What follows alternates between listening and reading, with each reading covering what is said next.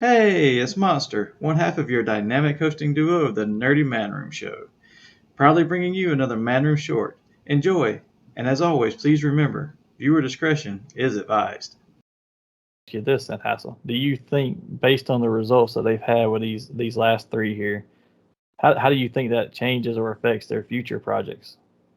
I worry that the Star Wars team will be gun shy to do the Black Series again. I think very much like what you're saying with the vintage, they've got a proven track record with a 3 3/4, Yeah, which I hate because myself I am not a 3 3/4 anymore. I mean, just my collection has progressed beyond that from after childhood. I mean, I, I got some 3 3/4 vintage stuff still, but I do as well, but I'm not I don't buying buy anything I new. buy nothing new. 3 3/4. The last 3 3/4 stuff I bought was when the Joe 20th anniversaries or 25th, Same whichever it here. was. So I went into that and I bought two of each, so I could have open and carded. You and I were doing And the same thing because we were buying them together. So yeah, so that's probably the last 3 3/4 I bought. I mean, and here I am, years later, I've got a handful of vintage Joes that are still 3 3/4, but they're all vintage. I have a handful of Star Wars stuff that's I wound up selling like pretty much 90% of my 20 to 25th anniversary Joes that were that scale. You just at the time, I had them like a line along the top of my yeah, man room, and it looked really nice. But you progress and you move on, and then when you start getting like 6 and 7 inch figures that are far more detailed, they look so much better. They're beautiful pieces, and they're even displayed better in the box. You can't justifiably stay at that scale. So I kind of worry that they will regress, so to speak, and go back to that because it's worked. what do you think it's just for that line, or do you think it's Hasbro in general? They'll go back on doing any crowdfunding for or limit what they're doing. Well, I think it's a learning curve for them. They're going to probably sit back and say, okay, we had too many at one time. I mean, if we're saying this, they got a team of people far smarter than us that are Yeah, looking at one another saying, hey, we might have shit the bed here and had too much going at one time. Let's limit these to one per quarter or, you and that's know, what they were doing, which is what's surprising. Or maybe when one ends, another starting up right away. But I mean, it's still there's a break in there, right? well, you get greedy at some point. And, the pandemic for what it was, I mean, it's just put everybody's nuts in a vice, even the big toy companies. The demand's there, the supply's not. And with crowdfunding things, you have revenue that's coming in today that you don't have to produce for 2 years. Yeah, So they're probably looking, okay, we can make a quick buck right now with this crowdfunding stuff. Because let's face it, regardless of what we pay for it, it's a massive markup.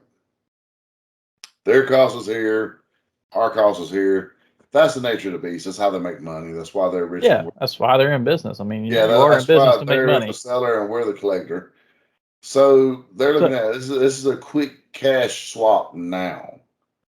let me pause you for 1 second there and say this because I think a lot of people, especially collectors, are bad about the fact of saying, "Hey, well, they should give us this and that, and they should make this for free, and they should sell." Look, dude, it's a business. You're in Yeah, business to make money. If you ain't making money, you ain't gonna be in business. no. So if you ain't selling and making a profit, it's not gonna be there. So all the people that complain about, I will say I think they're the teams that come up with the thoughts behind this and the sculpts and everything. They have a passion like we do. yeah, They're probably just very skilled collectors for the most part. But the guy behind the machine, he wants this right here. He's all about what you and put in his wallet, he and I should. don't blame him. That's how you make a successful That's what a business. business is, right? They are in the business to make money. If they don't make money, they're not in business. If they're not in business, we ain't gonna get any of this stuff. So Well, that's why places like Kenner that were so successful in the '80s are no longer in business today. I mean, they were uh, bought Kenner Toy Biz. I mean, these were companies that were worth millions of dollars at one point. had massive properties, and they went out of business and were bought for pennies on the dollar by bigger companies because they didn't have the vision and foresight. They were probably a little more fan oriented than business oriented. Well, that's a fair one, Kenner. Toy Biz might be a different story. They actually bought Marvel, so that and Marvel went bankrupt, so that killed them. Yeah, Along with kind of the what was it, Panini stickers or whatever else they owned too that went bankrupt. So they shot themselves trying to own their own stuff. So Didn't they also own Pogs? yeah, so whatever licenses they bought, they tried to buy the properties too, and then they just it sunk them. But What a colossal failure was the Pogs. but I'm hoping that they'll listen to the fans. Or maybe look at the scaling of some of this stuff. Say, okay, we can sell it better if we do this scale. We can sell it. I don't understand why they didn't do something like the Power Ranger Zords as a crowdfund project and give fans what they want there. They tried to make that for mass retail, and the price is almost the same as it's getting close to some of the crowdfunding did, like the Star Saber for Transformers. So I was like, I didn't get that, but hopefully they'll listen to the fans and do something. My concern though is that they will say, well, we got 2 out of 3 successfully, so we can run 2 or 3 at a time, man, and still come out in the good. I'm worried that they're going to think that at some point because they did have 2 succeed at one time. I'm like, don't do that, because if I am ever going to go in for another one, I can't do 2 at once. No, and it sucks to have to choose as a collector because you really are like torn. Yeah, it's really hard. It really is, and it's especially if you like all those properties, right? For me, none of these were enough for me to go in. Like I said, if that had been a classified series vehicle, I might have had to consider it, but I wasn't I going in. love Joe and I love Star Wars. Had the Rancor's super sweet. I mean, and the more I seen of it, the cooler it got looking. It wasn't enough to reel me in. Had it been maybe like Black Series, Jabba the Hutt, Throne Room type deal, okay, That could have been carbonation interesting. chamber, I'd have dropped some money. Though I love Joe. I mean, I got the Rice Chicago on my arm. No one can doubt me when it comes to the Joes. But it was vintage 3 3/4.